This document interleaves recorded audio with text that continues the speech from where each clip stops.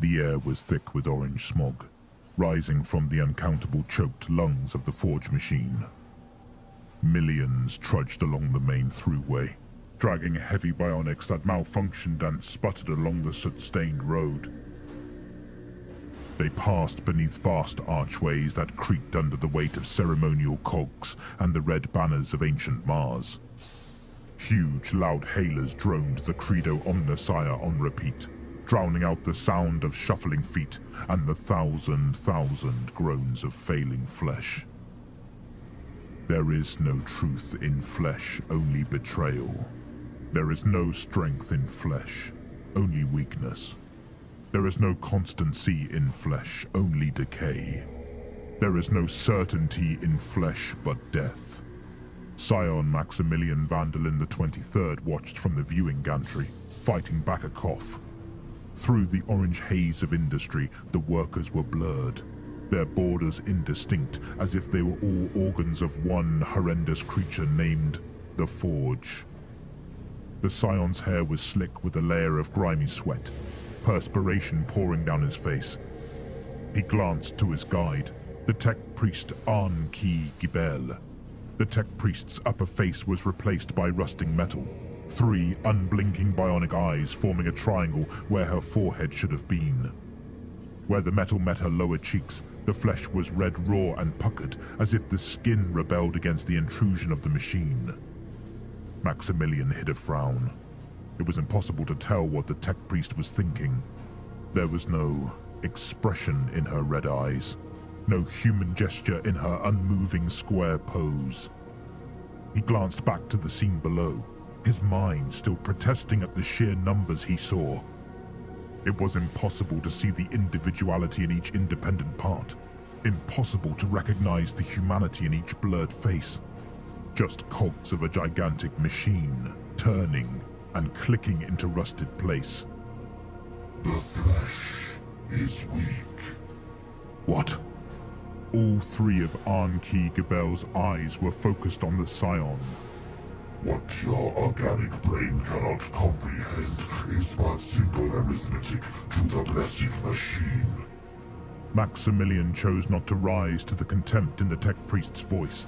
He steadied himself, resolving to show no emotion at all. He wasn't a fool. This was not a world of the Imperium. This hellhole belonged to the Adeptus Mechanicus. This world belonged to Mars. The tech priest smiled. Her few remaining teeth were black and rotten, her gums bleeding pus. Our tour continues, lordling of the Imperium. She turned towards the descender lift, her red robes trailing dirt. Maximilian glanced to his father's seneschal, Gregorius. The old man still stared at the crowds below, his knuckles white where he gripped at the railing. When he noticed Maximilian's eyes upon him, he slowly turned, neither smiling nor grimacing. With the smallest of gestures, he nodded for the Scion to follow the tech priest.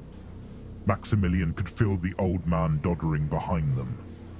Arn-Ki Gibel placed a wrinkled hand on the red flashing cogitator rune, soothing it to a placid blue with a drone of incomprehensible binary. The descender lift shuddered into use, grinding through grime and soot as ancient cogs turned with creaking stiffness. Maximilian went to talk, but the noise of the descender lift was deafening, almost drowning out the maddening repetition of the Credo Omnissiah. He felt Gregorius's hand on his shoulder, the seneschal giving him a slight squeeze of support. Maximilian brushed him off with impatience. He was not a child anymore. He stumbled as the descender lift came to an abrupt stop. To his chagrin, both Gregorius and Arn-Ki Gibel remained steady. Without a glance back, the tech priest walked on. She moved with a heavy limp. Maximilian wondered if it was due to debilitating injury, age, or ill-fitting bionics. In any case, it was impossible to tell beneath the bulk of her oversized, grubby robes. Maximilian thought he could hear the sound of straining bionics, but even that was a guess. The sound of machinery whirring and clicking and fizzing was constant, assaulting them from every direction as they moved through the forge. He smoothed down his regalia, wrinkling his nose at the black stains that soiled the crisp blue of his family colors. One can't help but get dirty here, he mused. Where are you taking us, Tech Priest? He asked. You have seen the change of the shift, Lordling of the Imperium. Typically, this is all your organic brains remember of these visits, but this is a weakness of the flesh. This unit endeavors to correct you. Now, this unit shows you the workings of the blessed machine. Are the laborers not part of these workings? A facile observation that rests upon linguistic equivocation. This unit predicts that you understand her meaning. Maximilian felt Gregorius's hand on his shoulder again. He shot his father's seneschal an angry glance. I meant no offense, Tech Priest. I count myself fortunate to see the true workings of the machine. An-Ki Gebel did not reply. They walked at a quick pace, despite the Tech Priest's omnipresent limp. An-Ki Gebel took them through winding maintenance corridors, the walls tight and hemming them to single file. Something about the sudden shift from immense space to close quarters produced a mounting claustrophobia, which soon exploded into agoraphobia when they exited into a huge hallway. The Scion took a deep breath, a stifling, dry heat burning at his throat. Humanity was not made to comprehend such impossible sizes. Meanwhile, Gregorius struggled to keep up. The old man wheezed and gasped, faltering by the minute. Tech Priest, my companion tires. Perhaps we could arrange for transport. The flesh is weak. The Tech Priest did not amend her pace. In the maintenance corridors, they occasionally met another servant of the Cult Mechanicus, a red-robed, shuffling figure that did not speak or look up as they pressed against the walls to let them pass. Maximilian remembered Gregorius's words before they had made the shuttle trip down to this inhuman, fume-clogged world. You will think them impolitic and oblivious, but do not be fooled, young master. The Mechanicus have turned their strangeness into an art form. Oh, they understand Imperial etiquette. They have weaponized it, using it as a bludgeon against us. Every rudeness is a test, designed to prove the weakness of our flesh. Do not fail their tests, Maximilian. What of human decency? Maximilian had asked. Are they not human? Uh-huh. They are human, yes. But they are Mechanicus first and foremost. I cannot conceive how such a society could persist, let alone thrive, to live without humanity or rules of conduct. It is a wonder that Mars does not collapse into anarchy. Oh, but they have their rules, young master. There is etiquette within the cult of Mars, every bit as complex and treacherous as in the Imperial cult. Some elements are obvious, to honor the machine, to praise the Omnissiah. But most is Martian mystery, quite incomprehensible to our own fleshy comprehension. Maximilian had snorted at that, earning him a harsh glance from the Seneschal. Do not underestimate them, young master. The Mechanicus is dangerous. Very, very dangerous. Never let down your guard. Never rise to their bait. And always assume that they know what you're thinking. You make them sound as bad as the witches of the Telepathica. Yes, Maximilian, I do. The old Seneschal was seriously lagging behind now. They had weaved through maintenance tunnels and huge metal caverns for almost an hour. The heat had steadily intensified, the moisture of Maximilian's flesh rising as steam. His skin felt dry and flaky. Eventually, the Tech Priest stopped. They stood before a giant doorway framed with peeling gold. An-Ki Gebel fell to her knees, her arms stretched out as she chanted a binary dirge. A ripple of animalistic fear chilled Maximilian's blood. His heartbeat sped. The hairs on his arms stood on end. A cold flush clashed with the unbearable heat. Maximilian didn't understand why, but something in Arnki Gebel's dirge spoke to a primal part of his soul. Some primitive, instinctual terror activated by the arrhythmic repetition of subsonic tones. "Will you stop that, please?" As soon as the words left his mouth, the door began to open. A great creaking scrape of metal against metal. It hissed as scalding air poured out, sending Maximilian reeling. As it yawned open further, the Scion could see hellfire within, blaring red-hot fire that reached high and licked at the blackened ceiling miles above. The Scion swayed, dizzy and blinded by the heat, nausea beating down on him, pressing through his eyes. He gasped, but found he could barely breathe. Through blurry eyes, he saw the tech priest silhouetted in a baleful halo of crimson fire.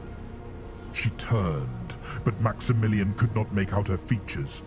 Just the maddening triangle red of 3 bionic eyes. Maximilian choked. He was dimly aware of having collapsed to the ground, his palm searing against the burning floor. Intuitively, he slowed his breathing, applying the defensive techniques taught to him by Master Venomite Meltus. He was tempted to purge, but swallowed back his vomit. His heart rate slowed. With every blink he could see a little more, the tech priest appraising him. The legions of kneeling supplicants inside the chamber, the largest inferno he had ever seen, swallowing up the sky. As the air pressure stabilized, he could hear screaming. "Behold, the heart of the Forge Machine!" Maximilian forced himself to stand, the outer layer of flesh peeling from his palms. He gritted his teeth and forced himself to focus. If he squinted, he could see something around the flames, the glint of a force field straining to contain the immense fire. The blaze seemed to originate from a gaping cylindrical device in the ground, some mile across, and through strained eyes Maximilian could see that the rippling heat was thirstily lapped up by an identical aperture in the ceiling. Arnki Gebel was grinning, even as her lower face blistered and peeled. Life is directed motion. The spirit is the spark of life. Flesh is fallible, but ritual honors the machine spirit, and to break with ritual is to break with faith. I don't understand. The heart of the Forge Machine consumes an average of 0.023 million units a day. Through ritual and sacrifice, the machine spirit is honored and endures. Maximilian examined his red raw hands. Human sacrifice? Yes. Why did you show me this thing? To correct the frailties of your flesh, Lordling of the Imperium. To help you understand. This is an abomination! The tech priest was silent. Maximilian glanced over his shoulder, seeing Gregorius standing at a distance. Even though the old man avoided the worst of the heat, he looked haggard, his skin steaming with sweat, black smudges staining his face. The Scion shook his head. I would like to leave, tech priest. As the tech priest led them away, Maximilian thought back on his conversation with Gregorius. He remembered frowning. If they are as bad as the witches, then why are they tolerated? For the same reason that the witches of the Telepathica are tolerated, young master. Because the God Emperor needs them. Maximilian had gone to scoff, but the old man had placed a hand on his wrist. Put such thoughts out of your mind, Maximilian. Forget any notion of common humanity or compassion. You cannot risk such luxuries here. Maximilian refocused.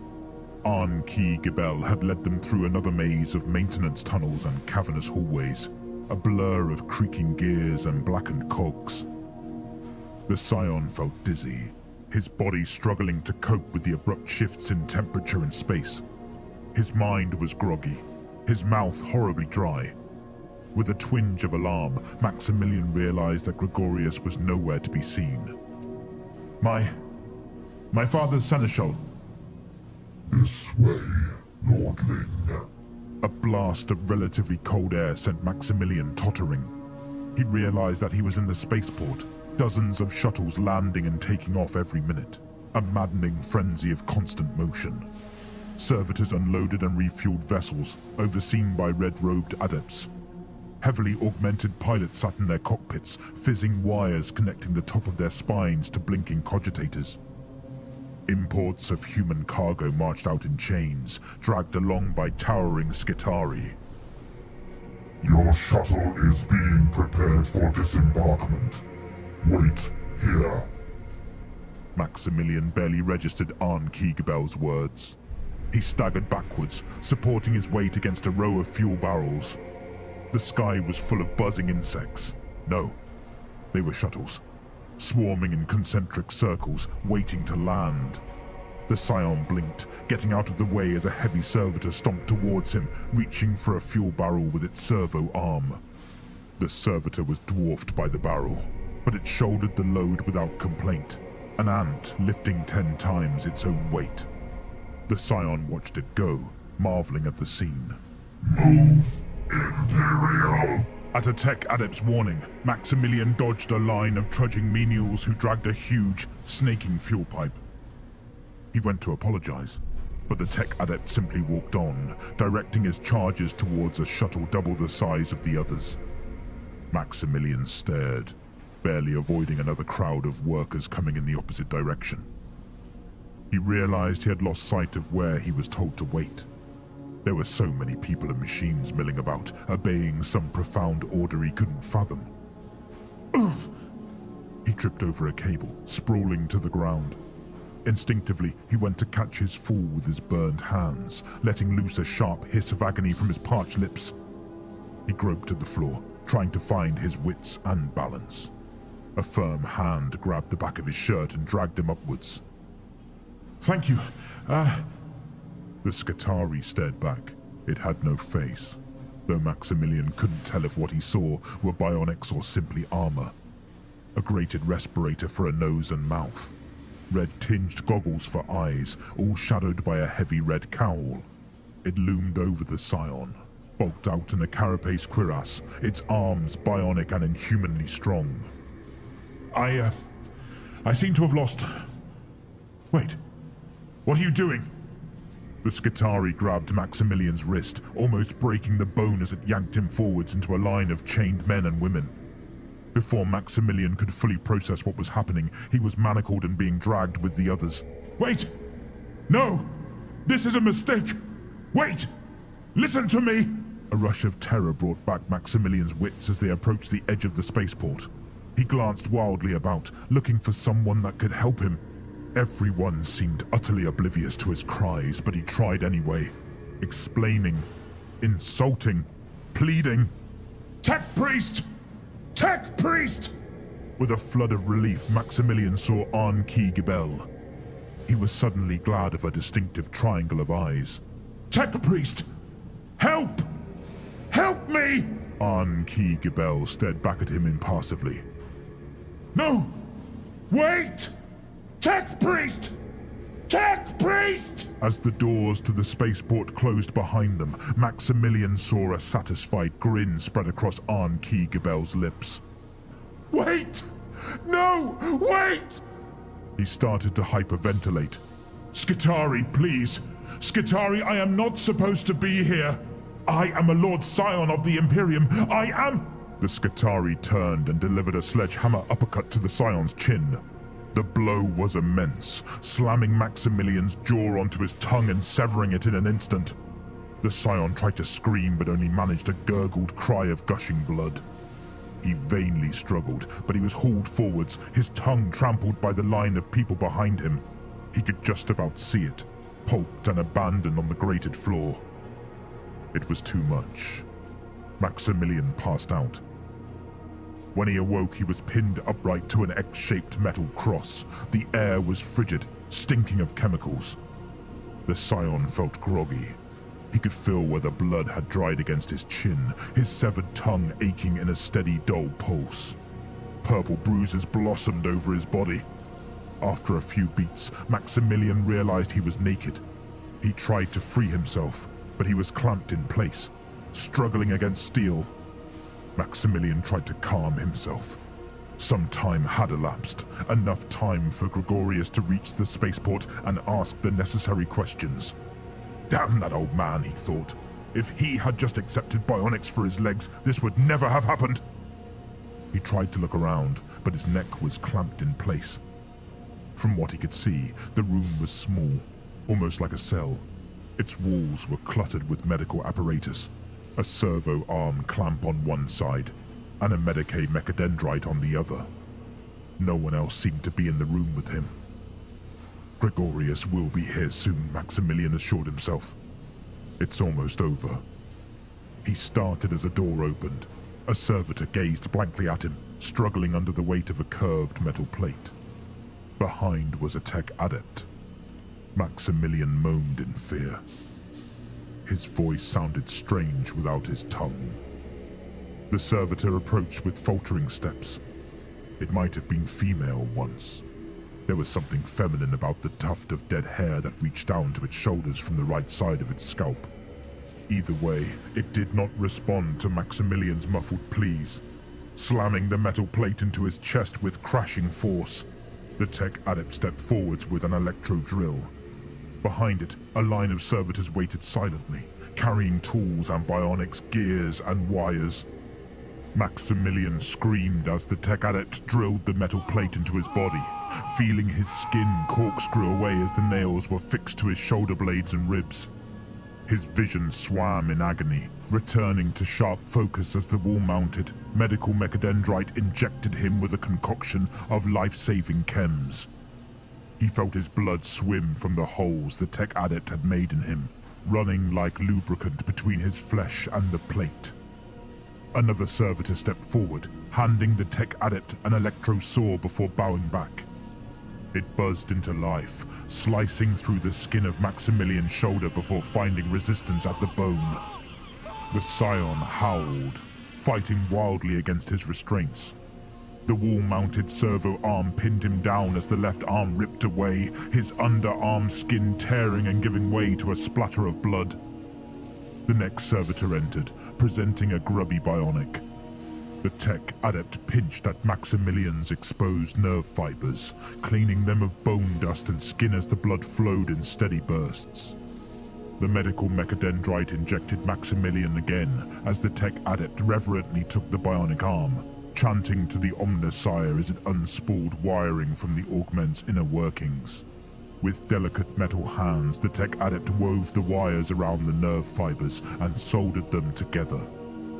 As Maximilian shrieked, the tech adept fed the wires back into the bionic arm, positioned it against the scion's shoulder, and reached once more for the electro drill.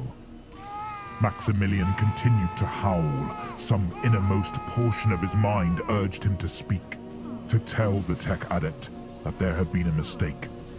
But the pain was too great for him to manage anything but screams. He stared with horror at the bionic arm as the medical mechadendrite applied another dose of stim.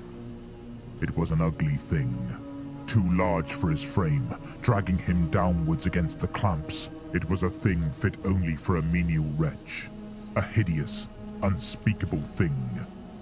He convulsed as aluminum charge spasmed through his body.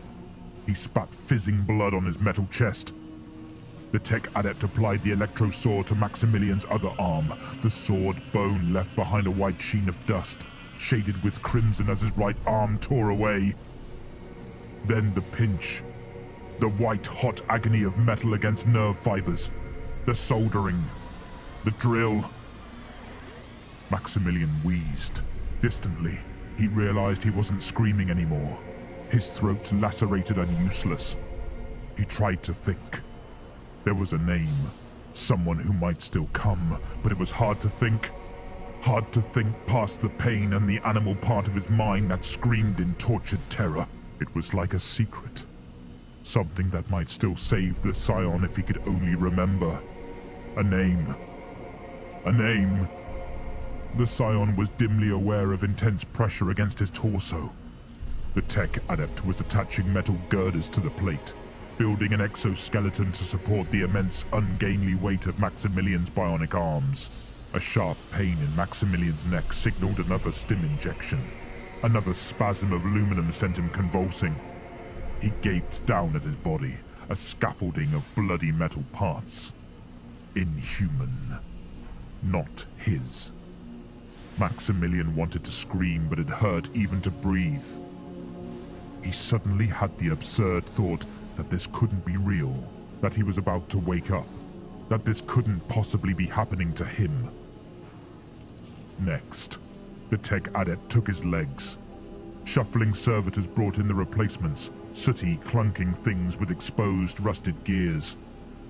Maximilian's eyes rolled back as the agony began anew. He didn't even notice when the tech adept castrated him with pincered calipers, his mutilated genitalia flopping limply to the blood-soaked ground. When it was finally over, another dose of stim jolted him into focus. The tech adept stood appraising him with cold green eyes. The scion could feel a tremendous weight dragging on his skin, a terrible new mass that pulled him towards the earth. He tried to look at the tech adept, but he could barely lift his head. He grunted, spitting blood as the tech adept reached out with a hand and took him by the broken chin, inspecting him like a prize grox.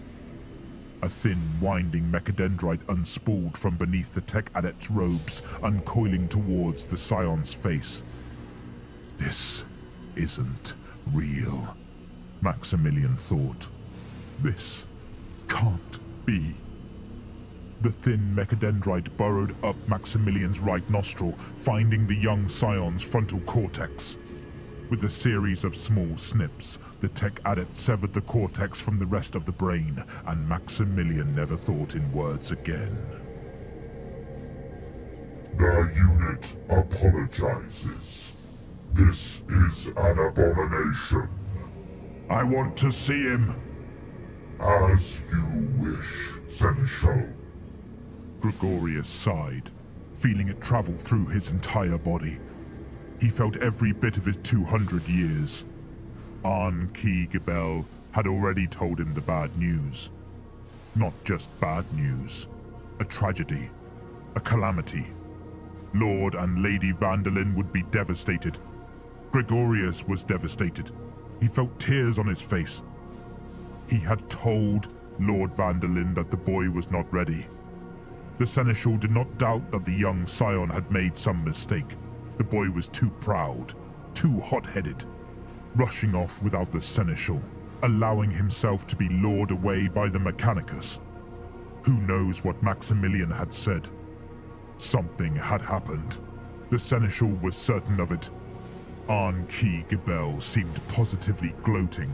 It was the most emotion she had ever shown him. The Seneschal knew that the tech priest could have hidden her emotions if she'd wished. The half-aborted smile on her lips was meant to be seen. Beware the wrath of the Adeptus Mechanicus. As a courtesy, Arn-Ki Gebel had arranged transport to the servitization chambers. Gregorius knew that he should have fitted bionic locomotion years ago, but he'd always hated the idea. After all, he knew the creatures that would provide his augmentation. Monsters. He had tried to warn the boy. He had tried to warn him, but Maximilian had not listened. Lord Vandalin will not be pleased, Gregorius managed. This unit understands, and shall offer compensation, Seneschal. Compensation won't return him his son. If Lord Vandalin would like, this unit will return to him his son. Gregorius fell silent. He knew that the tech priest was baiting him. It was a message for Lord Vandalin. If not for that message and the necessity of a messenger, Gregorius would already be dead. The Mechanicus does not fear imperial nobility. Again, this unit apologizes. Gregorius kept his voice level. Thank you, tech priest. Just this way. They had separated Maximilian from the other new servitors, keeping him in the cell where they had disfigured him. The air was cold, formaldehyde stinging the seneschal's nostrils. Gregorius braced himself. Nonetheless, when the door opened, he fell into sobs. The boy's nose was swollen where lobotomizing mechadendrites had mutilated his brain. His mouth dribbled blood, his teeth cracked and broken. They had removed his scalp and affixed heavy blocks of metal, sending his head bobbing beneath the weight. "Oh, God, Emperor!" The servitor slowly lifted its head. They had left his eyes intact. The bright blue had dulled to a clouded milky ocean, but they were still undeniably Maximilian's eyes. The servitor groaned. It was Maximilian's voice, but it was slurred and mechanical. "Maximilian, what have they done to you?" Later, Gregorius would tell himself that it was a lie, a trick of his trauma, or of his own exhaustion, and yet in that moment he was certain of what he saw. The boy's white-blue eyes, misting with terrified tears.